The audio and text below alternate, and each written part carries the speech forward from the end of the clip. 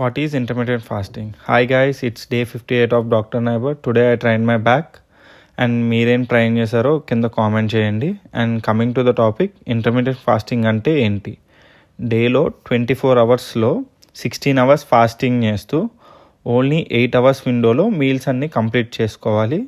And ఆ 16 అవర్స్లో water and black coffee తాగొచ్చు. అండ్ దట్ డజంట్ మీన్ 8 అవర్స్లో మీరు ఏమైనా తినొచ్చు, ఎంతైనా తినొచ్చు అని కాదు. హెల్తీ ఫుడ్స్ అండ్ క్యాలరీ డెఫిసిట్లో ఉంటేనే వర్క్ అవుతుంది. ఇది ఎవరికి అంటే people who can't control eating, so వాళ్ళకి యూస్ఫుల్ అవుతుంది. మీరు అదే మీల్స్ని త్రూఅవుట్ ద డే స్ప్రెడ్ చేసుకొని తింటూ క్యాలరీ డెఫిసిట్ మెయింటైన్ చేసినా కూడా ఫ్యాట్ లాస్ అవుతారు.